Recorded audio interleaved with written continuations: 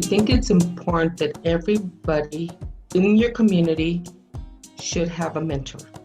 I can walk in, because I've been taught by my mentors, is to walk in anywhere in a store, at a conference, and you pick up your head and you act like you know it. At times I feel out of place, but let me tell you, I feel empowered by that. I'm empowered because I am a leader in our community. I'm empowered because I speak up and I have no fear to speak up when I need to speak up. I have learned by my mentors that it's all right to speak.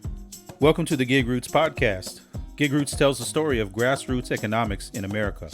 Each episode we speak with the people who are working toward community transformation at the grassroots level. During our third season, we've partnered with Welcoming America to help share the stories of foreign-born peoples who have come to call America home. Welcoming America is leading a national movement of cultivating inclusive communities. They work with nonprofits and local governments, providing tools and resources to help make cities places where everyone can belong. Through their network, we've spoken with local leaders and business owners actively contributing to strengthening their communities. Find out more at welcomingamerica.org. During this episode, we're in Twin Falls, Idaho. It's home to the kind of companies associated with the health-conscious outdoorsy crowd. As towns go, Twin Falls is relatively small, with a population just over 50,000, but it's responsible for much of the region's economic output due to the increasing popularity of southern Idaho's Magic Valley. You just heard from Susie Rios, who provides outreach to new Americans looking for business opportunities.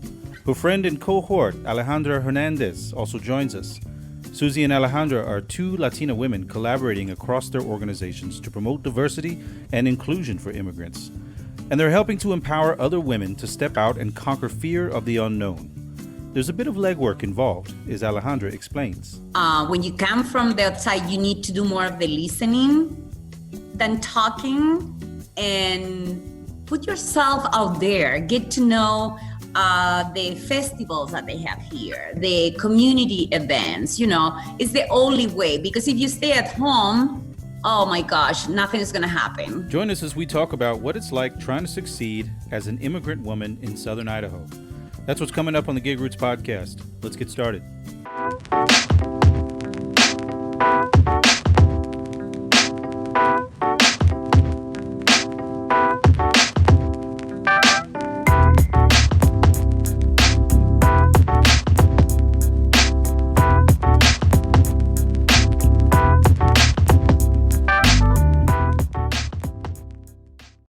For many immigrant women coming to America, seeking opportunity is often complicated.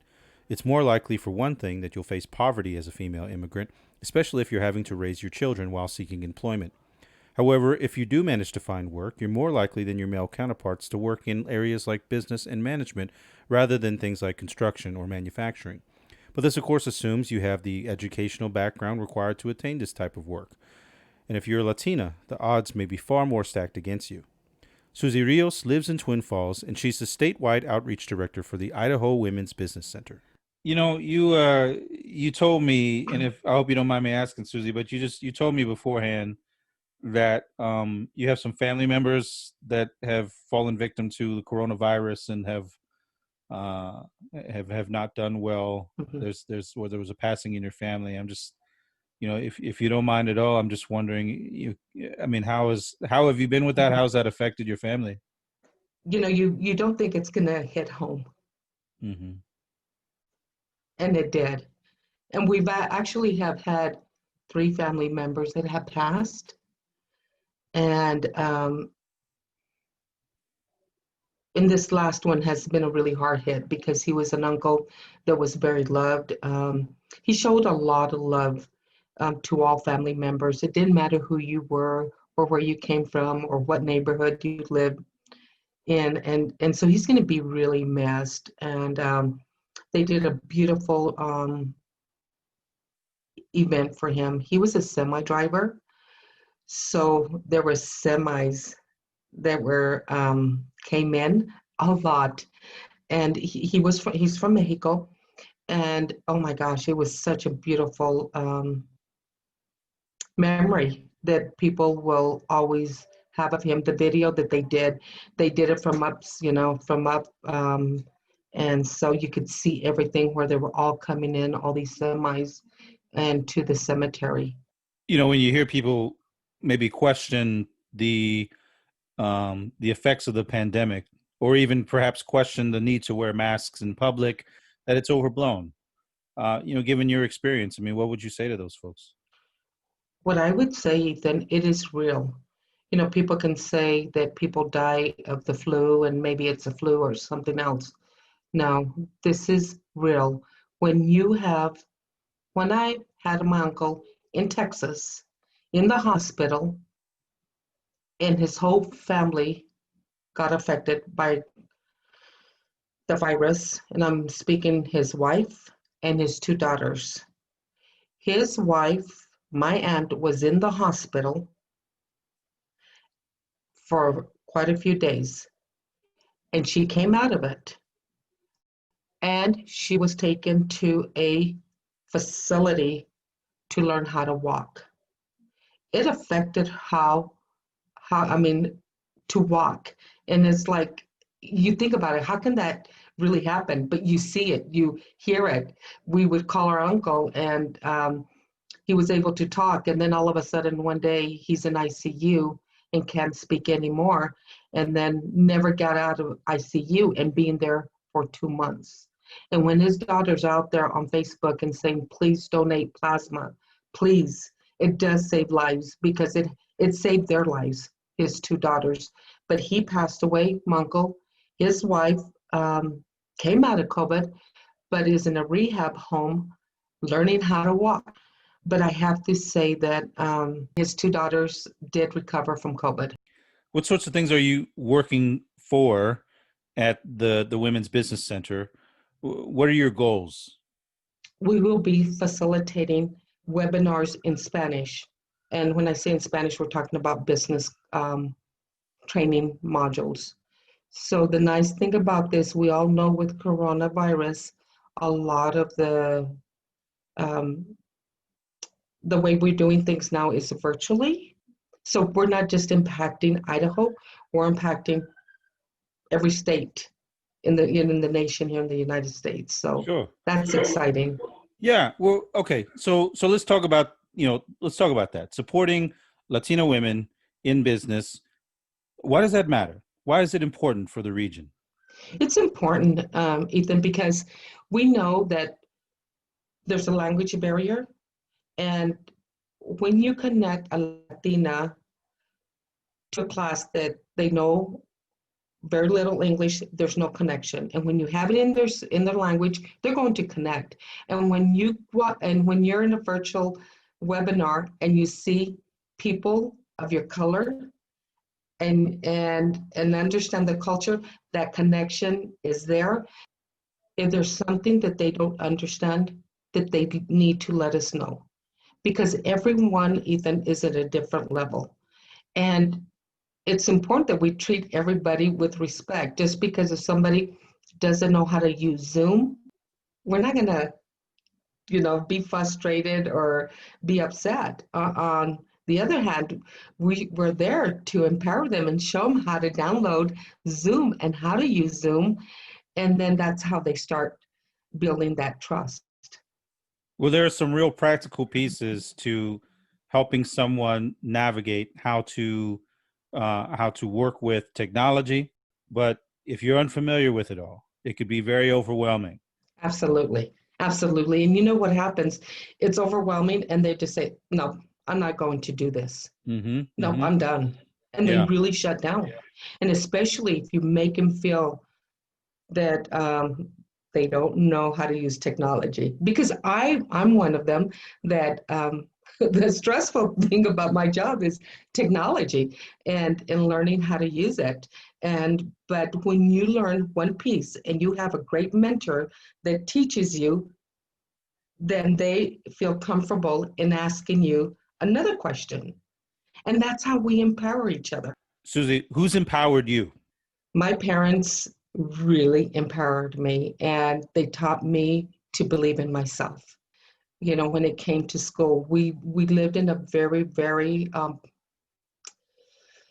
low income household, very low income, but for some way or another, my parents would bring that money to the table when I needed it for my education purposes. But they were my biggest mentors. But as we go down, I mean, I have mentors all over the state of Idaho. I think it's important that everybody in your community should have a mentor. What's the consequence if you don't have a mentor? Well, you don't learn. You don't learn what they know. And, you know, as age goes by, there's a lot of wisdom with that. And they can teach you what's the great, the good practices and what isn't the good practices. So I feel empowered because I know the language. I'm empowered. I feel empowered because I know my community, and I'm empowered because I know what works and what doesn't work with the educational system. And and I feel empowered because I have no fear of learning something new. The benefit as Americans who are native born is that so much is taken for granted. We are innately comfortable. That is, we're rarely forced to step outside of our own experiences. And this is one of the big problems even in discussing race in America. It often pushes white Americans in particular to venture outside of their comfort zone. So at the very least, it should be understandable that immigrants face the same challenge, and they often do so with much more at stake. Naturally, the notion of learning a new language and a new culture is scary, but as Susie points out, having someone in your corner hopefully makes it less scary. Alejandra Hernandez serves as the executive director for the Unity Alliance of Southern Idaho.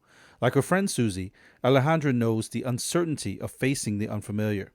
She comes from the country of Chile, a place dealing with its own issues around race and class differences. This informs both her view on politics as well as her approach to working cross-culturally. Alejandra wants other Hispanic immigrants to know that it's okay to be scared about facing the unknown, but that it's not okay to let that anxiety stand in the way. Tell me what it was like moving here to the States from Chile. Wow. I came here on vacation in 1997 to visit my best friend from Chile that she used to live in Salem, Massachusetts. So to make the long story short, I met somebody in the second week that I was here, and I was planning on going back because all my family was there, my job. And one day he said, we went for drinks, and he asked me, no, I don't want you to go back. I want you to marry me. So I said, well, ask me the same question tomorrow without alcohol in your body. And yeah, 3 months after we were married. And crazy, I know. How old Don't were you? judge me. I was 27. And then No, I knew what I was doing, okay? So you lived in Massachusetts. So For 18 years. right. So then what sparked the move from the East Coast toward the West Coast? Well, that is another love story. My marriage ended after a year. So in 2010, I met somebody else. And in 2014, he was asked to move to Twin Falls to start the Clif Bar company. So I follow him. Interesting. So, Yeah. Okay. So I know about the Clif Bar. Was it started in Twin Falls, Idaho? Yeah. When we came here, there was nothing there. So they started building the company, and he was the maintenance manager. So he was the third employee Twin Falls. So yeah, we're still here, but we're not together. Wow. So you're both still there, not together. Yeah. I don't suppose you get any discounts on Clif Bars, do you? I got sick and tired of Clif Bar because there was tons of being at home. A lot of sugar around here. So Alejandra, let me ask you as well. Sure.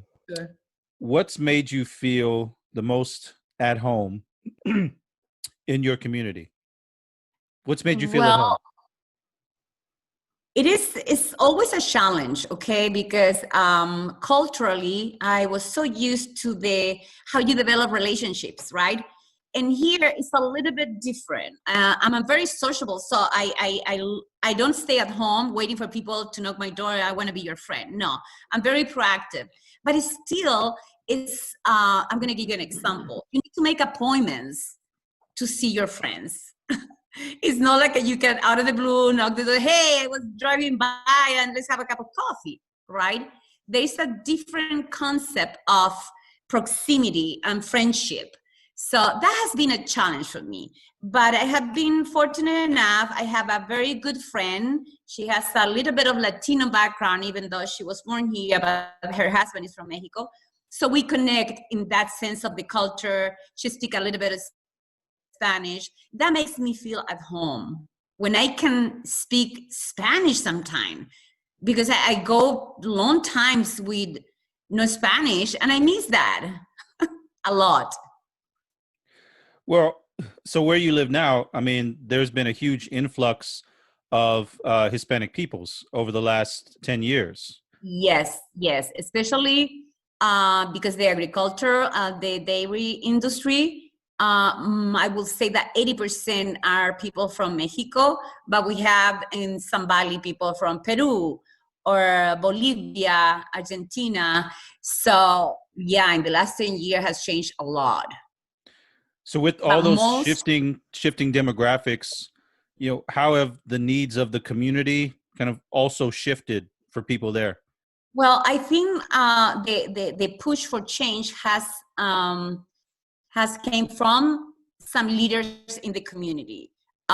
Because if you think about it, people that come here and work in the dairies, the schedules that they have, and the agriculture, they work long days, right? So they don't have the time, and also I will say the desire, the energy to get involved in community issues. So our other leaders that have pushed the government, the local governments to, for example, last year we started in Twin Falls the Diversity and Inclusion Committee with the city manager. But it has been, the initiatives come from the community, not from the local governments, which, I mean, I wish that it was the other way around, but still it's working. It's work in process, but they have had a good response to that. What has the response been overall? Listening to people. Like I'm part of the Diversity and Inclusion Committee. We meet with the city manager and the chief of the police department in Twin Falls once a month. And there is an agenda. The idea is to hold as many as we can listening sessions with the community, with diverse community, and listen to them, the concerns or ideas, and whatever the city can help with, they take ownership. If not, they refer the person of the group to the right resource. So what's been the tone of conversations with city officials during the pandemic? What I'm happy about it, that has been a great collaboration among different organizations. So a lot of the media out there sharing a lot of information through email, posters, flyers, having small community meetings in church. So I think has been really positive. Is there a lot of concern about public safety, or are people mostly not worried? We are lucky, specifically in Twin Falls. We're super lucky, super safe. The chief of police, who is one of my bosses, is in the board of the organization that I'm the executive director. He's so open. Anyone can talk with him, and he has been super transparent lately with everything going on in the country, right? So he has addressed the community when the community has asked him to talk with them. So we are lucky. Here in Twin Falls, I have to say, it's super safe. And you said most people, what sort of jobs do they do there? Mostly agriculture, right, dairy, construction, the Latino community. Right. Okay.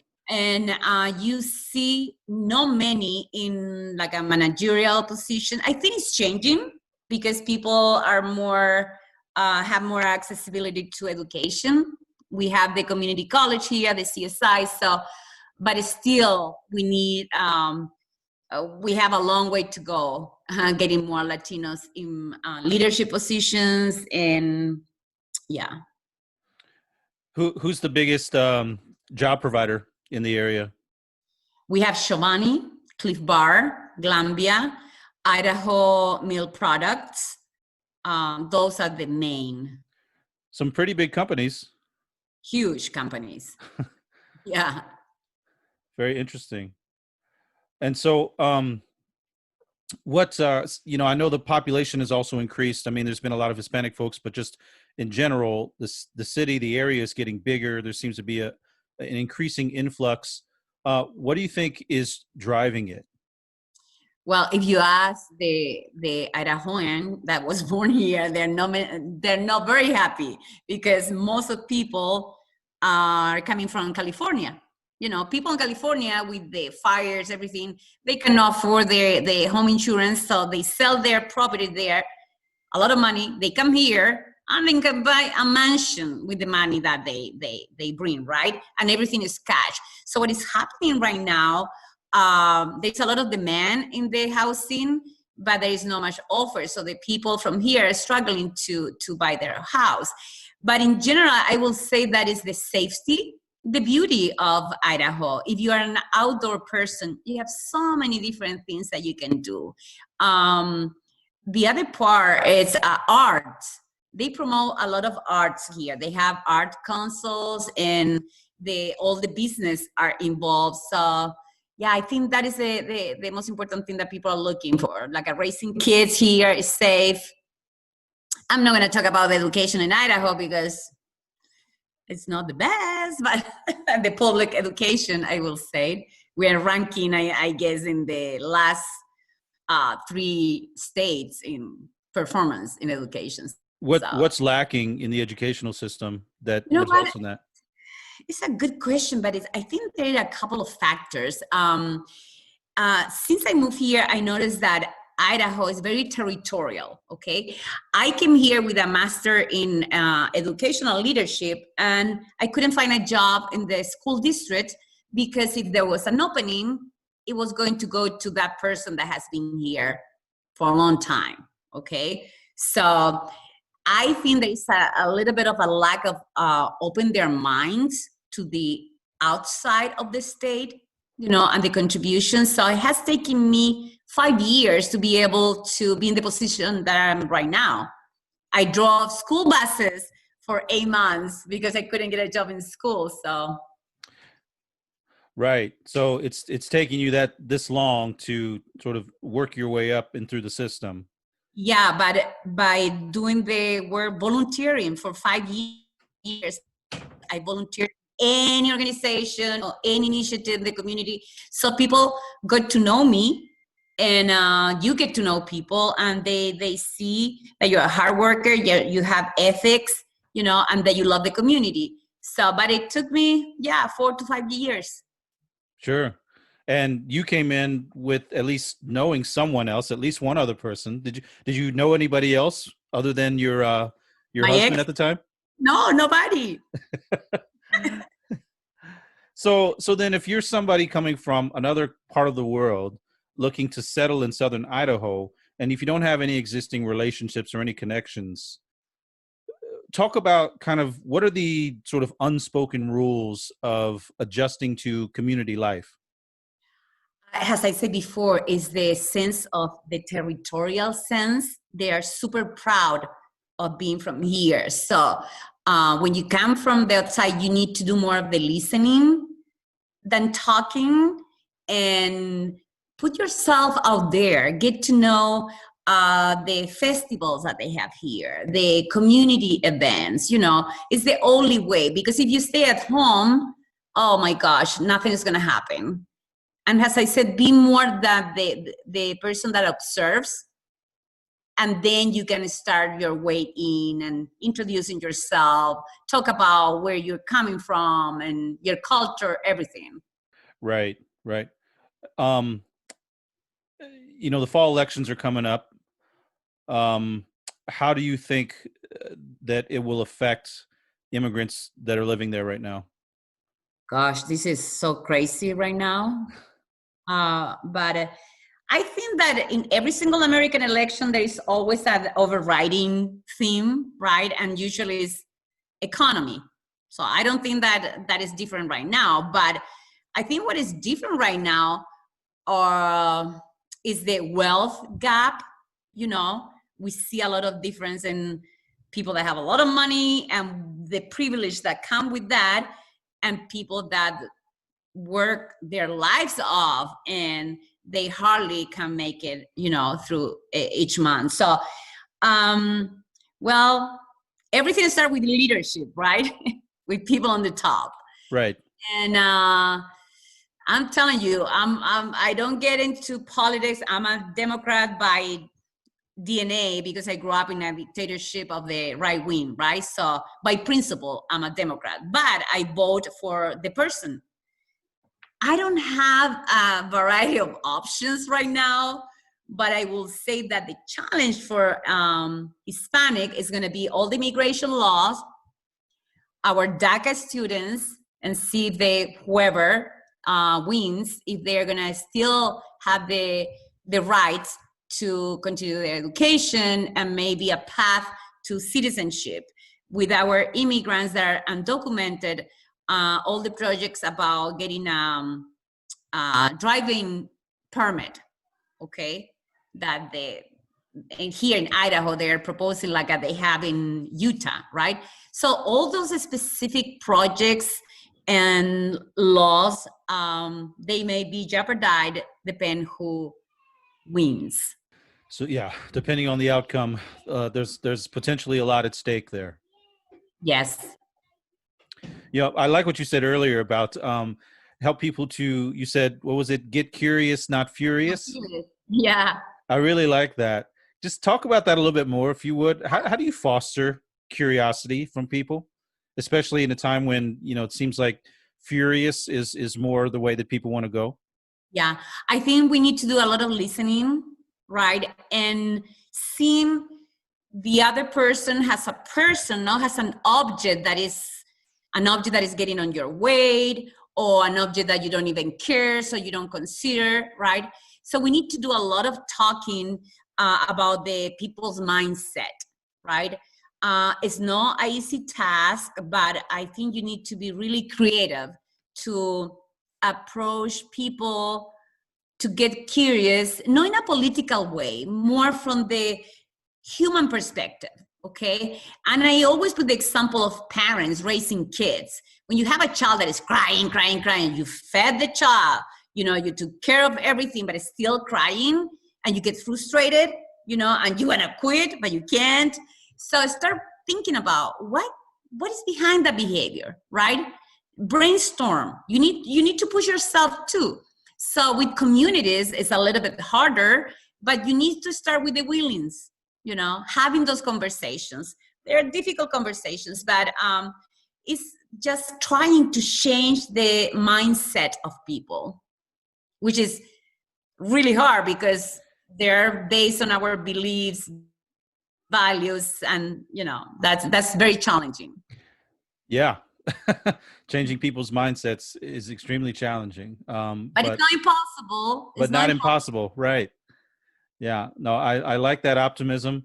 You know, you talked before about just sort of for people in the community, for Hispanics, for other immigrants being able to work their way into positions of senior leadership within companies and organizations.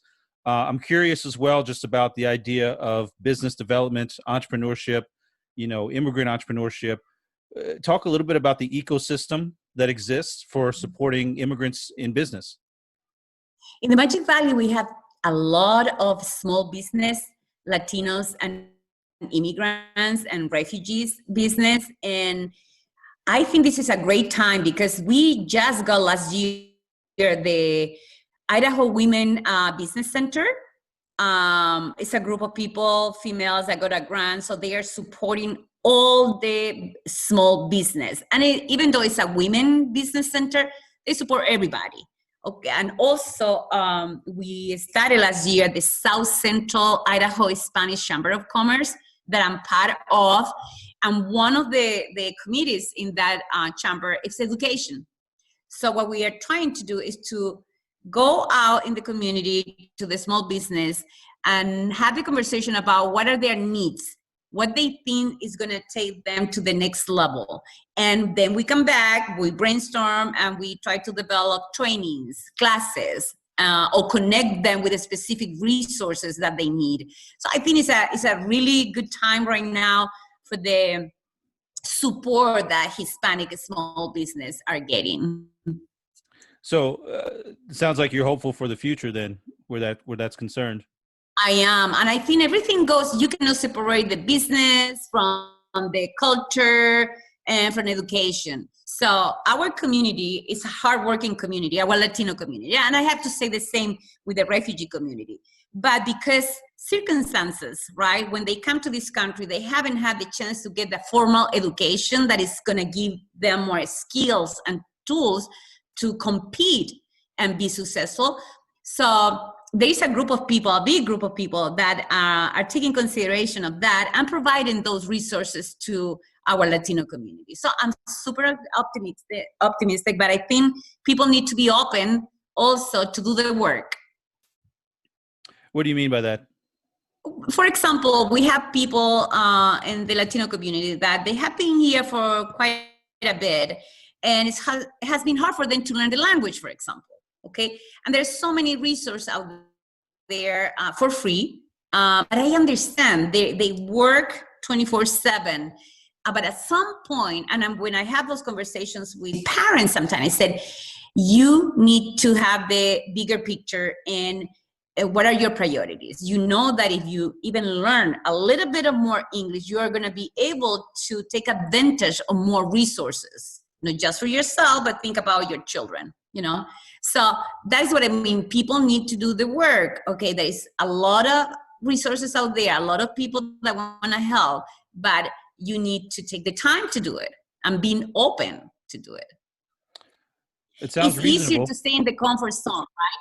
Say that again. But everybody, human nature, you tend to go to your comfort zone, right?